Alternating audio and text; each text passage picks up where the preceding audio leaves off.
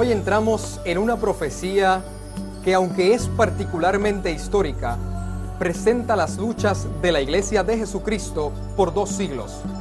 Entramos en los capítulos 5 y 6 de Apocalipsis. Pero antes, tengamos una palabra de oración.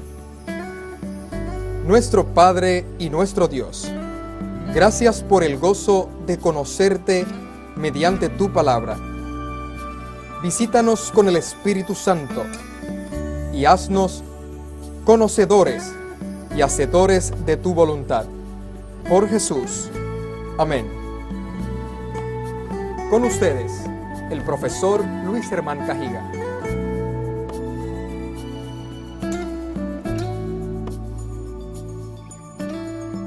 Saludos, amigos, una vez más con ustedes en estos temas del libro maravilloso del Apocalipsis. Vimos ya las 7 iglesias en el tema pasado, y en las 7 iglesias vimos nosotros un panorama completo, histórico, de todo lo que va a ver después en el libro de Apocalipsis. Eso es un rastro, algo que pasa en Daniel y Apocalipsis. Primeramente aparece una visión amplia, generalizada, de todos los temas. Y después va desglosando, añadiendo siempre diferentes detalles. Por ejemplo, estudiamos las 7 iglesias y vamos a los 7 sellos. Estudiamos algo del capítulo 6, el capítulo 5 y 6 de Apocalipsis. Y en los 7 sellos vamos a ver cosas muy parecidas a las 7 iglesias, pero vamos a ver unos detalles interesantes que se añaden para poder tener una comprensión total de cuál es el mensaje de Dios para todos nosotros. Así que empezamos con el tema de los 7 sellos y empezamos el capítulo 5 y verso 1. Y vi en la mano derecha del que estaba sentado sobre el trono, o sea, Dios el Padre, un libro escrito de dentro y de afuera, sellado con 7 sellos. O sea, un libro que está escrito por ambos lados y tiene 7 sellos que impiden ver su contenido. Realmente la palabra libro quiere decir un rollo. Es un rollo que tiene 7 sellos que para ver su contenido hay que romper cada uno de esos 7 sellos. Versículos 2 al 4. Y vi un fuerte ángel predicando en alta voz. ¿Quién es digno de abrir el libro y de desatar sus sellos? Y ninguno podía, ni en el cielo, ni en la tierra, ni debajo de la tierra, abrir el libro ni mirarlo. Y yo lloraba mucho, porque no había sido hallado ninguno digno de abrir el libro, ni de leerlo, ni de mirarlo. Es un chasco grande para Juan. Él sabe que esto que está, el contenido de ese libro es importante, es lindo, es necesario, pero al no encontrar quien lo pueda abrir, él pone de una manera tan sencilla, se pone a llorar, sencillamente llorando. Ahora, aparece el ángel que señala el sello o el libro con 7 sellos en la mano del Padre. Versos 5 y 6. Y uno de los ancianos me dice: no llores, he aquí el león de la tribu de Judá, la raíz de David, que ha vencido para abrir el libro y desatar sus 7 sellos. Y miré, y aquí en medio del trono y de los 4 animales y en medio de los ancianos estaba un cordero como inmolado. Ese cordero es Cristo Jesús. Uno de los símbolos más interesantes de Cristo en Apocalipsis es el Cordero de Dios. ¿Por qué? Porque Él fue inmolado, Él fue sacrificado para que tú y yo tengamos acceso a la salvación. Así que Él es el león de la tribu de Judá, la raíz de David, que Él ha vencido. Ha vencido la muerte, ha vencido al diablo y ahora está listo para abrir ese rollo milenario para hacernos ver el contenido del libro. Versos 7 y 8. Y Él vino y tomó el libro de la mano derecha de aquel que estaba sentado en el trono. Y cuando hubo tomado el libro, los 4 animales y los 24 ancianos se postraron delante del Cordero, teniendo cada uno arpas y copas de oro llenas de perfumes, que son las oraciones de los santos. Las oraciones suyas, mi hermano, y mis oraciones todas suben delante de Dios como el incienso. Y aquí están estos hombres que están ahí justamente haciendo esa obra de intercesión delante de Dios. Hay 24 ancianos, porque el sacerdote en el santuario terrenal siempre tenía 24 otros sacerdotes que eran sus ayudantes. Y Cristo Jesús, como nuestro gran sumo sacerdote en el santuario del cielo, Él tiene 24 otros sacerdotes que le acompañan. ¿Quiénes son? No sabemos. Se creen que son resucitados cuando Jesús murió, que salieron los sepulcros y resucitaron unas cuantas personas. Dicen una multitud de cautivos, y esos son esos 24 ancianos. Eso es una conjetura que es bastante válida, de que son seres humanos que han resucitado y que están con Cristo en el cielo. Porque en el cielo no hay seres etéreos, fantasmagóricos, no hay seres de carne y hueso, que están ahí glorificados delante de Dios. Y esos son esos 24 ancianos. Cuando él abre los primeros 4 sellos, van a aparecer los famosos 4 jinetes del Apocalipsis, que dieron título a la novela famosa de Blasco Ibáñez, Los 4 jinetes del Apocalipsis. Y los predicadores, pues, planchan esto diciendo, bueno, esos 4 son el hambre, la guerra, la peste y la muerte. Ya está, se acabó. Pero hermanos, eso tiene un significado mucho más profundo que eso. Y vamos a verlo. Versos 1 y 2 del capítulo 6 ahora. Y miré cuando el Cordero abrió uno de los sellos, y oí a uno de los 4 animales diciendo como con una voz de trueno, ven y ve. Y miré y aquí un caballo blanco, y el que estaba sentado encima de él tenía un arco, y le fue dado una corona, y salió victorioso para que también venciese. Así que aparece a romperse ese primer sello un caballo blanco. ¿Y qué significa ese caballo blanco? Significa la iglesia apostólica, igual que la primera iglesia de Apocalipsis, capítulos 2 y 3. Quiero en este momento hacer un alto, porque saben ustedes que hay una doctrina que permea el cristianismo moderno, y es la doctrina del rapto secreto. Esa doctrina enseña que Cristo viene en 2 etapas. La primera viene secretamente y se lleva a la iglesia. Los que van a ser salvos se hacen transparentes y se van al cielo. Así transparentes, nadie los ve. Y Cristo viene, pero se esconde tras una nube, nadie lo ve tampoco. Que es una doctrina ridícula y peligrosa. Porque Cristo viene en gloria y todo ojo le verá, dice la Biblia. Lo vimos ya en capítulo 1, verso 7, en Apocalipsis. Y Jesús dice en Mateo 24 que se lamentarán todas las tribus de la tierra y verán al Hijo del Hombre. O sea que todo el mundo va a verlo, realmente. Pero enseñan entonces, esos que creen en el rapto, dicen que el capítulo 4, cuando dice el ángel, la voz en el cielo a Juan, sube, ven acá, sube acá, ellos entienden que es la iglesia que se va al cielo. Y que entonces lo que pasa luego de ese versículo es algo futuro, que todavía no se ha cumplido. Que se va a cumplir luego que la iglesia suba al cielo. Quiere decir entonces, en adelante, Apocalipsis, nada se ha cumplido, de acuerdo a ellos. Nosotros enseñamos que Apocalipsis es eminentemente histórico y que la mayoría se ha cumplido ya. Y lo que queda muy poco para cumplirse, pero se ha de cumplir también conforme vamos estudiando las profecías. Vamos a ver el cumplimiento de esas profecías. Entonces ellos dicen que eso, como lo primero que sale, después de ese acto de que ellos dicen que se va a la iglesia, el rapto, es ese caballo blanco, dicen, ese tiene que ser el anticristo. Señor, el anticristo montado en un caballo blanco y con una corona de victoria. Pueden decir 1000 cosas. Pero, hermano, ahí vemos algo bien positivo. ¿Qué significa el blanco? Pureza, perfección, luz. Ese caballo blanco representa la era apostólica, la iglesia apostólica. Y quien lo monta dice que es un victorioso, tiene un arco en su mano, tiene una corona, es victorioso. En la iglesia victoriosa del primer siglo, del 31 al 100, igual que la primera iglesia de las 7 de Apocalipsis. Juan el Bautista dijo aquí el Cordero de Dios que quita los pecados del mundo. Ese fue el precursor de Cristo. En efecto, ese Cordero fue inmolado, fue crucificado en la cruz para que nosotros podamos ser salvos. Cristo Jesús fue bautizado por Juan en el río Jordán y eso marca el comienzo de su ministerio terrenal. Por 3 años y medio estuvo predicando, haciendo milagros, enseñando las grandes verdades del reino. La voz del cielo que en ocasión del bautismo se oyó que dijo, este es mi hijo amado en el cual tomo complacencia o contentamiento.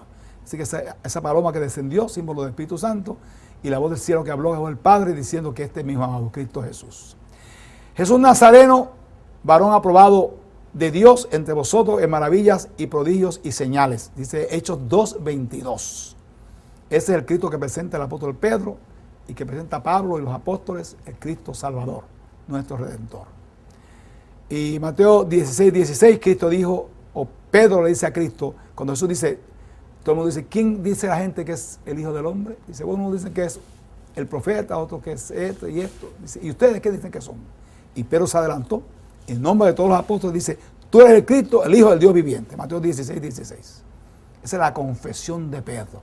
Famosa confesión. Tan importante que Jesús dijo, sobre esa piedra edificaré mi iglesia. Y esa piedra es la confesión de Pedro, de que Jesús es el Cristo, el Hijo del Dios viviente.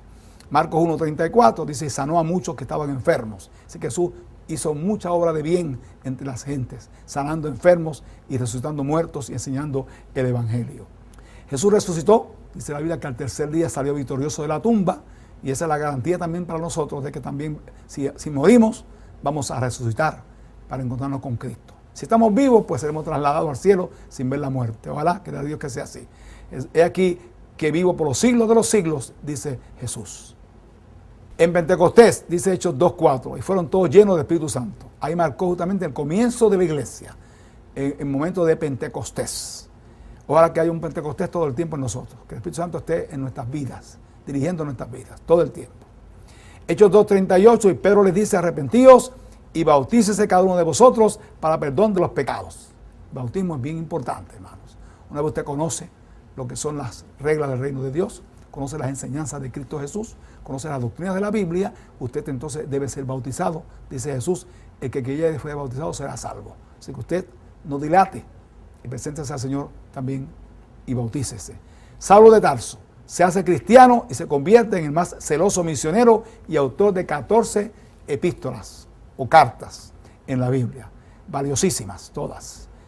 Pablo es el que forja el cristianismo. Desgraciadamente, muchos malentienden sus epístolas y entonces pues viene una serie de confusión, enseñanzas falsas, que ya de los tiempos de Pablo, de los tiempos de los apóstoles, ya había gente que torcía lo que Pablo escribía, porque Pedro amonesta contra esas personas también justamente. Apocalipsis 6, 3 y 4. Y cuando él abrió el segundo sello, oía al segundo animal que decía, ven y ve. Y salió otro caballo bermejo, o sea rojo, y que estaba sentado sobre él, fue dado poder de quitar la paz de la tierra y que se maten unos a otros, y fue dada una grande espada. El segundo jinete que aparece monta un caballo rojo, bermejo, y ese es el periodo de la iglesia perseguida en los tiempos justamente de los emperadores romanos. Esa es la iglesia perseguida, del año 100 hasta el 313, como también la segunda iglesia que vimos en las 7 iglesias. En 3 siglos, Roma llegó a matar a 1 millón de cristianos. Pensaban los romanos que matando a los cristianos iban a acabar con la fe de Cristo, pero no les salió, porque mientras más cristianos mataban, más paganos se convertían. Así que el diablo que comenzó a trabajar desde afuera hacia adentro, ahora va a cambiar de estrategia, como veremos en los próximos jinetes. Los cristianos padecieron mucho, porque los paganos querían que se convirtieran a paganos, se hicieran paganos. Y era inútil. Le decían que ofrecieran sacrificio a sus dioses, a sus ídolos. Los cristianos no lo hacían y por tanto eran crucificados algunos, otros matados con las bestias y otros matados en la arena con los animales, etc. Así que fue una gran persecución. El Coliseo Romano, muchos circos de Roma en varios países sirvieron de escenario para la matanza de cristianos con las fieras. Algunos creen que el Coliseo no fue exactamente, pero hubo muchos otros coliseos y circos donde los cristianos murieron por su fe. En el circo romano, mientras algunos eran echados a las fieras, otros eran crucificados y quemados, los embetunaban, pasaban brea y luego le prendían fuego. Y así morían, pero morían valientemente por su fe. Y al ver esa entereza, los paganos se convertían. El paganismo entra en la iglesia. Como les dije, el diablo cambió de estrategia. Ahora va a trabajar de dentro para afuera, porque de afuera para adentro no le funcionó. ¿Y qué va a hacer entonces él? Infiltrarse en la iglesia. Y así lo hizo. Ya desde fines del siglo I y hasta mediados del siglo II fue el comienzo, que luego con Constantino llegó a su clímax el paganismo en la iglesia. Y luego prosiguió hasta casi recientemente. Todavía la iglesia se ha contaminado mucho con el paganismo. Versículo 5. Y cuando él abrió el tercer sello, oía el tercer animal que decía, ven y ve, y miré y aquí un caballo negro, y el que estaba sentado encima de él tenía un peso en su mano, una balanza en su mano. Dijimos al principio que el caballo blanco no podía ser el anticristo, porque montaría un caballo negro. Pues en efecto aquí tenemos el caballo negro, el tercer jinete, y ese jinete sí tiene mucha relación con el anticristo. Representa a la iglesia exaltada. ¿Recuerdan de Pérgamo? Como la iglesia fue exaltada por Constantino I, y Justiniano después exaltó al Papa de Roma como el obispo de Roma, como obispo general de todas las iglesias. Del 313, que es el edicto de Milán, ¿recuerdan? Hasta el 538, que es el decreto de exaltación del obispo de Roma, por Justiniano el Grande. La victoria de Constantino en el 312. En ese año, Constantino venció a Magencio, el líder de los paganos, y entonces él, dice la tradición, que le vio una cruz y unas palabras que decían, con este signo vencerás. Y él puso cruces en sus estandartes, y de esa manera él venció y le atribuyó su victoria a Cristo, al Dios de los cristianos. Él no era cristiano, él era adorador de Apolo, el dios del sol de los griegos. Pero finalmente, pues, se hizo del cristianismo la iglesia oficial del Estado, aunque él no se bautizó hasta el 336, el año de su muerte. Pero el 312 fue su victoria, y en el 313 dio el edicto de Milán, concediendo libertad religiosa a los cristianos. No hizo en ese año la Iglesia Católica la iglesia oficial del Estado, la iglesia cristiana, sino que el cristianismo iba a ser aceptado como una creencia más en el imperio. O sea, como creían en Júpiter, y creían en Apolo, y creían en Mitra, y creían en todos los dioses, pues ahora Cristo se añade a la lista de dioses. Pero poco a poco él le fue dando más auge al cristianismo, edificó una iglesia, Santa Irene, en Roma, y entonces llegó a darle hasta sueldo a los curas, a los sacerdotes, y bienes a la iglesia, etcétera. Así que Constantino fue el que enriqueció, le dio lustre a la iglesia romana que hoy conocemos. Verso 6. Y oí una voz en medio de los 4 seres vivientes que decía, 2 libras de trigo por un denario, y 6 libras de cebada por un denario, y no hagas daño al vino ni al aceite. El denario era el sueldo de un obrero. Un soldado ganaba un denario al día. Diríamos hoy como unos $60, que más o menos cobra un obrero por trabajo hoy día. $60. Vamos a poner $60. Un denario. De hecho, debiera pagar dinero de denario. Y luego dice, 6 libras de cebada por un denario, 2 libras de trigo por un denario. Oiga, 2 libras, usted va a la panadería, compra 2 libras de pan de agua. Hoy día ya está $1 y pico la libra. Me acuerdo cuando yo vendía pan a 10 centavos la libra, cuando era muchacho. Ha llovido mucho, ¿saben?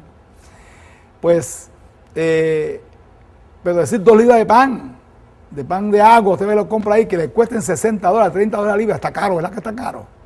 Y usted, entonces eso significa carestía. Pero ¿cuál es el pan de la iglesia? ¿Cuál es el alimento de la iglesia? La palabra de Dios, la Biblia. ¿Bien? Eso quiere decir que en ese tiempo la Biblia estaba escasa, pocas copias manuscritas, la gente tenía que creer bona fide lo que dicen los sacerdotes, porque no podían la Biblia para cotejar, para ver sus enseñanzas, etcétera. Sí, la iglesia se fue creciendo y creciendo y creciendo, haciéndose rica, haciéndose popular, haciéndose poderosa, no a base de la Biblia, sino a base de la tradición. Y entonces sigue siendo religioso por tradición, y no había una Biblia para poder verificar las cosas. Así que a las 6 libras de cebada, la cebada era alimento de los esclavos y de los cerdos. 6 libras de cebada, $10 la libra. Cara también, muy cara. Ese es el alimento. Ahora dice, no hagas daño al vino ni al aceite. El vino representa la sangre de Cristo, el Evangelio. El aceite, el Espíritu Santo, que es el que da las grandes verdades de la palabra de Dios. Ahora, ¿qué quiere decir esto? Eso indica, hermanos queridos, que a pesar de las persecuciones, ya no de Roma pagana, sino ya de Roma papal, a pesar de las persecuciones, la verdad se iba a mantener incólume. Gloria a Dios por eso. Si hoy la disfrutamos, es gracias a la sangre de billones de mártires que dieron sus vidas por la palabra de Dios. Tenía una balanza en la mano, ¿ven? Esa balanza está pesando el trigo y el aceite, y el trigo y la cebada, ¿no? Está justamente, indica carestía de la palabra de Dios, indica que no hay libro sagrado, no hay la vida de la iglesia, que es la palabra de Dios. Y tener un ejemplar de la Biblia en ese tiempo eran manuscritas y eran muy pocos los ejemplares, pero tener una Biblia en la casa era tenido como un delito terrible, o sea, era delito hasta con pena de muerte. El caso de Enriquillo, que fue un niño de 12 años que fue muerto justamente por distribuir la Biblia, por llevar la palabra de Dios a algunas personas. Es decir, que realmente fue un tiempo bien difícil. Así que la iglesia ni tenía la Biblia ni dejaba que la gente la tuviera. En ningún idioma. No se puede tener la Biblia en ningún idioma. Era pecado, era delito tener la Biblia. Hasta después, claro, hubo siempre... La iglesia permitió estas traducciones como la Vulgata, que fue en el siglo VI por Jerónimo, y otras versiones después que también hicieron, pero era la versión oficial de la iglesia y no era tampoco tan fácil de conseguirla. Pero luego vino entonces Wycliffe, que tradujo la Biblia, Lutero tradujo al alemán, Tyndale tradujo también la Biblia, hubo muchos traductores del francés, Casio de Reina, al español, así que hubo más tarde, un poco más adelante de esto, hubo traducciones de la Biblia a diferentes idiomas, y gracias a Dios, pues la palabra de Dios sirve ahora para cotejar, y ahora podemos ver la verdad de Dios. No hagas daño al vino en el aceite, ya dijimos lo que eso significa justamente. Aquí tenemos la corte papal. Nosotros vemos que el papado es un sistema, es una institución que lleva un historial de sangre, de persecuciones, de las cruzadas que fueron aprobadas por ellos, de la Inquisición fue aprobada por ellos también. Hubo tiempos que hasta niños eran papas, hubo niños por lo menos que fue papa, y personas que hubo hasta una mujer que también se dice que fue papa también, la papisa Juana. Y hubo papas que fueran asesinos y papas que fueron envenenados. Bueno, la verdad que la historia del papa es terrible. Los papas últimos, por ejemplo, ya uno sabe que son personas pues ya más cuidadosas, pero señores, Ese Alejandro VI, ese era un hombre terrible, era bien vanidoso y tenía mujer y hijos y todo, siendo papa y todo, así que eso sencillamente eso es una institución terrible. Entonces vamos a hablar abundantemente de ese tema en futuros temas de aquí de Apocalipsis. Vamos a hablar del sistema papal. Versos 7 y 8. Y cuando él abrió el cuarto sello, oí la voz del cuarto animal que decía: ven y ve, miré aquí un caballo amarillo, y que estaba sentado sobre él tenía por nombre Muerte, y el infierno le seguía, Hades. Y le fue dada potestad sobre la cuarta parte de la tierra para matar con espada, con hambre, con mortandad y con las bestias de la tierra. Quiero que estén bien pendientes de esas últimas cosas que dice ahí. Matar con espada, con hambre, con mortandad y con las bestias de la tierra. La muerte, ese jinete de la muerte, es un caballo, dice que es un caballo amarillo. El color amarillo es un amarillo verdoso, como un color macilento, es como el color de los huesos. Realmente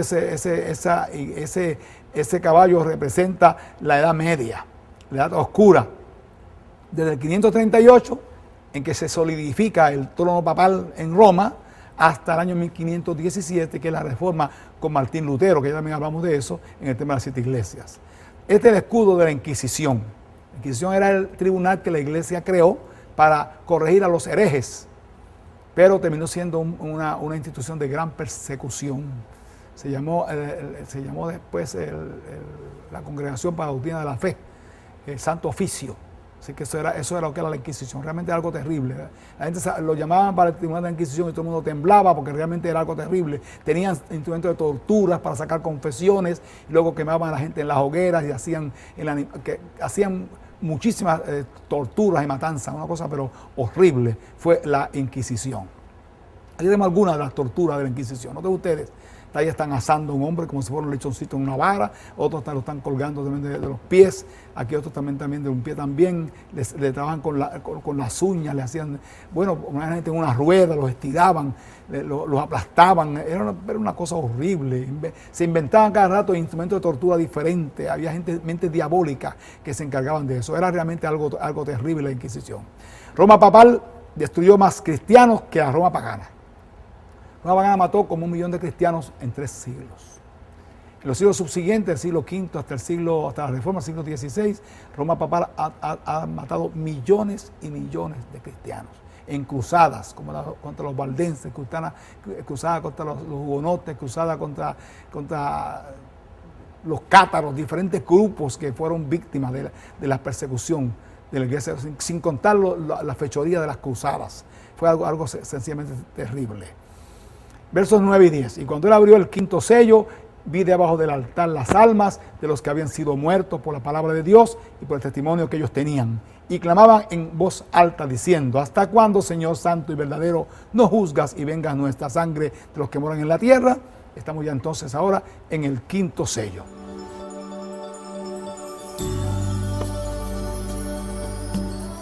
El quinto sello ya se acabaron los jinetes, los caballos. Ahora aparecen, dice, almas bajo el altar que claman. Este texto ha sido mal usado. La gente cree que es literal, que hay un altar donde hay unas almas debajo del altar. Almas son abstractas, ¿cómo pueden hablar y clamar? Eso no tiene boca para hablar. Obviamente es un símbolo. ¿Cuál es un símbolo? ¿Quiénes están clamando aquí? Dice que son los mártires, los que murieron por la palabra de Dios, por el testimonio de Jesucristo, que claman: ¿hasta cuándo, Señor? Ustedes recuerdan en la Biblia, cuando en el libro de Génesis, cuando Caín mata a Abel, el Señor dice: he aquí la voz de la sangre de tu hermano clama a mí desde la tierra. ¿Cómo la sangre puede clamar? Eso también es un símbolo, ¿no? Es decir, que eso quiere decir entonces que es ese recuerdo de los mártires llega ante la presencia de Dios. El altar se refiere obviamente al altar del sacrificio, donde las víctimas eran sacrificadas en el santuario y la sangre bajaba justamente hasta la base del altar, y ahí están las almas o las personas que murieron que están clamando ahora al Señor, simbólicamente. Es su recuerdo que clama a Dios.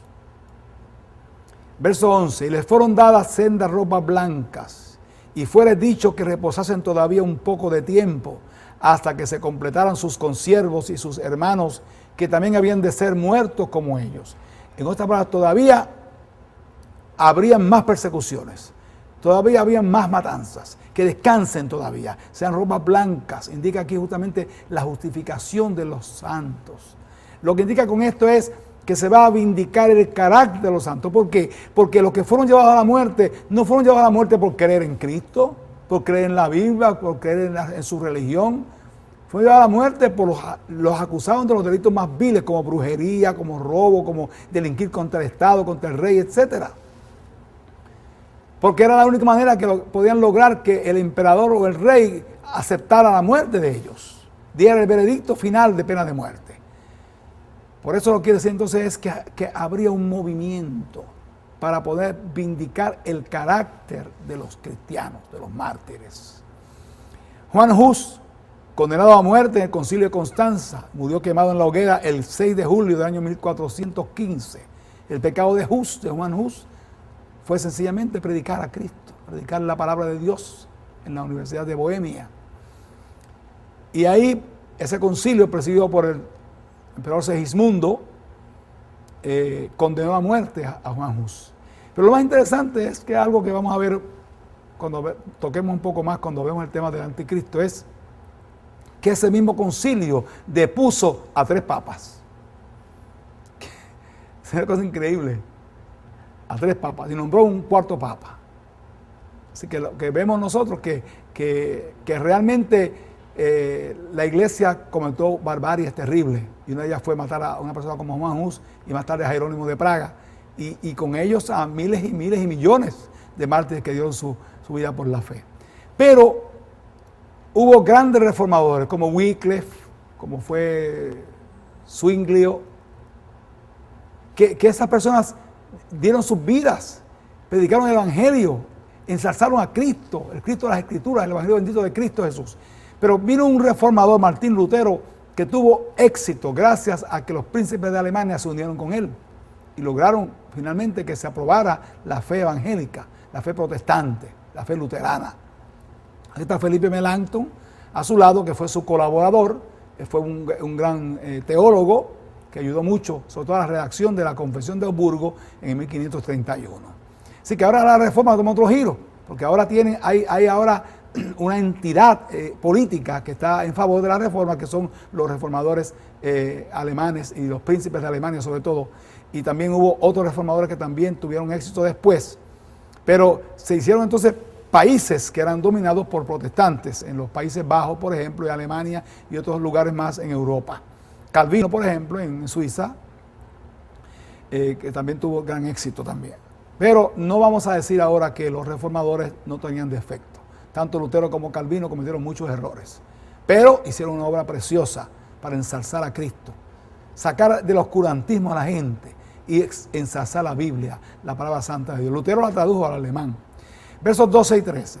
Y miré cuando él abrió el sexto sello, y aquí fue hecho un gran terremoto, y el sol se puso negro como un saco de silicio, y la luna se puso toda como sangre, y las estrellas del cielo cayeron sobre la tierra, como la higuera echa sus higos cuando es movida de gran viento. Por donde aquí habla las grandes persecuciones que hubo en los tiempos de la Reforma y posreforma. Hubo otra matanza grande que fue la matanza de San Bartolomé, 24 de agosto del año 1532, así que hubo más persecuciones, más matanzas, más cruzadas contra protestantes en toda Europa. Pero ahora entonces, en el quinto sello son las almas que claman, que son vindicados sus caracteres cuando se les presenta ante el público como que los que murieron no eran delincuentes, sino que eran cristianos, hombres de Dios, y mujeres de Dios, y jóvenes de Dios, niños también que dieron sus vidas. Ahora en el sexto sello aparecen ciertas señales que indican la proximidad del regreso de Cristo. Y habla aquí de un gran terremoto, el sol se pone oscuro, la luna se pone como sangre y caen las estrellas. Esos son acontecimientos que pasaron, pero que se volverán a repetir posiblemente en gran escala, pero que hubo por lo menos después de la reforma y de las grandes persecuciones, hubo esos momentos. Por ejemplo, el terremoto de Lisboa, 1 de noviembre del año 1755, es el terremoto que abre el sexto sello. Un terremoto grandísimo, murieron 60.000 personas solo en Lisboa y la gente se refugiaba en las iglesias se desplomaron. Fue realmente una catástrofe inmensa, se sintió en toda Europa, se sintió en esta parte de África y algunos creen que está en América. O sea que fue un terremoto de los más devastadores que ha habido en la historia. Tenemos entonces los acontecimientos que menciona el sexto sello. El sol se puso negro, primeramente el terremoto de Lisboa, 1 de noviembre de 1755. El sol se puso negro como saco de silicio, sucedió el día oscuro, 19 de mayo de 1780. Se vio en los estados de Nueva Inglaterra, en Estados Unidos, no se vio en el mundo entero. Por eso es que cuando suceda eso ya en gran escala ya se va a ver en el mundo entero. Pero ahí sucedió justamente en el momento histórico. Luego la luna se puso como sangre, la noche justamente de ese sol oscuro, que no era eclipse, porque la luna era luna llena, no hay eclipse en luna llena. Así que la luna se puso toda como sangre, que apareció justamente así el 20 de mayo de 1780. Y las estrellas cayeron del cielo, hubo una gran caída de estrellas el 13 de noviembre de 1833, que se sintió grandemente en todo el hemisferio occidental, desde Alaska hasta Argentina. Todo el hemisferio lo vio inmensamente grande. Saben que dicen que cada ciertos años hay siempre caídas de estrellas. Hubo una hace unos años que en las Leónidas que dijeron ahí, y yo me quedé esa noche mirando al cielo, no vi ni una cayéndose, así que se vería quizá algo en algún lugar del mundo, pero no realmente fue como esta, que fue espectacular. Dice que esas cuatro señales físicas del mundo físico se cumplieron en su tiempo, después de la reforma, después de las grandes persecuciones, pero que dije antes que se cumplirán de una manera mucho más amplia, ya justamente en los tiempos de las plagas postreras, antes que venga Cristo Jesús. Versos 14 y 15. Y el cielo se apartó como un libro que es envuelto, y todo monte y las islas fueron movidas de sus lugares. Y los reyes de la tierra, y los príncipes, y los ricos, y los capitanes, y los fuertes, todo siervo y todo libre, se escondieron en las cuevas y entre las peñas de los montes. Y continúa diciendo, versos 16 y 17, y decían a los montes y a las peñas, caed sobre nosotros y escondernos de la cara de aquel que está sentado sobre el trono y de la ira del Cordero, porque el gran día de su ira es venido. ¿Y quién podrá estar firme? Y aquí habla del gran día de la ira de Dios, de la ira del Cordero. Y ese tiempo de la ira son las 7 plagas postreras que están descritas en el capítulo 16 de Apocalipsis, o la gran tribulación, el tiempo de angustia, son las plagas postreras. Ese es el tiempo de la ira. Quiere decir que ya esta parte, estos versículos 14, 15, 16 y 17 de Apocalipsis 6 no se han cumplido todavía. Eso se va a cumplir en el tiempo de las plagas postreras, definitivamente. Habrán impíos cuando Cristo venga, después de las plagas que devastan la tierra, que tantos miles y miles mueren, pero sin embargo van a haber todavía gente viva, porque la Biblia dice que habrán impíos vivos que van a huir despavoridos y diciendo: peñas caigan sobre nosotros, y escondernos de la cara de aquel que está sentado sobre el trono y de la ira del Cordero. Vemos aquí ya los 6 sellos. Vamos al séptimo sello. Noten ustedes que del capítulo 6, los últimos versículos, saltamos al 8, llamamos el 7 por el medio, porque el 7 presenta un tema que se llama el sello del Dios vivo, y lo consideraremos luego de este tema. Por ahora vamos al capítulo 8, versículo 1. Y cuando él abrió, o sea, el Cordero, abrió el séptimo sello, fue hecho silencio en el cielo casi por media hora. Media hora, creen algunos que es un tiempo profético, que son como una semana más o menos, a día por año es como una semana. Otros creen que es un tiempo indefinido. Quizás yo me creo más esto, que es un tiempo indefinido, donde va silencio en el cielo. Pero miren, hermanos y amigos, en el cielo nunca hay silencio. Porque hay tantos cánticos de gozo y alabanzas a Dios y al Cordero, que es algo tan grandioso que realmente no hay silencio. ¿Por qué aquí hay silencio en el cielo? Casi por media hora.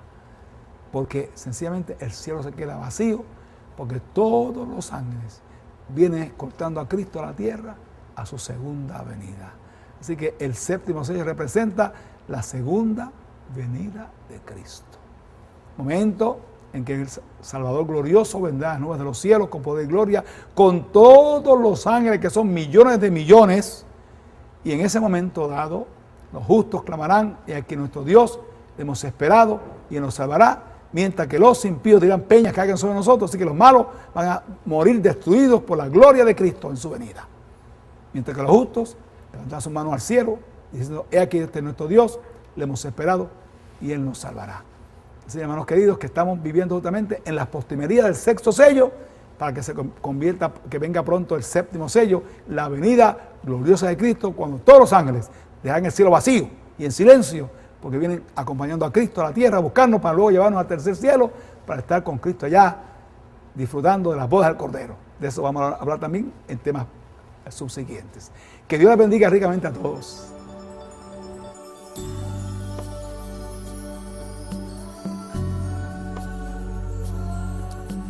El tema siguiente nos lleva al misterio del sello de Dios, del capítulo 7.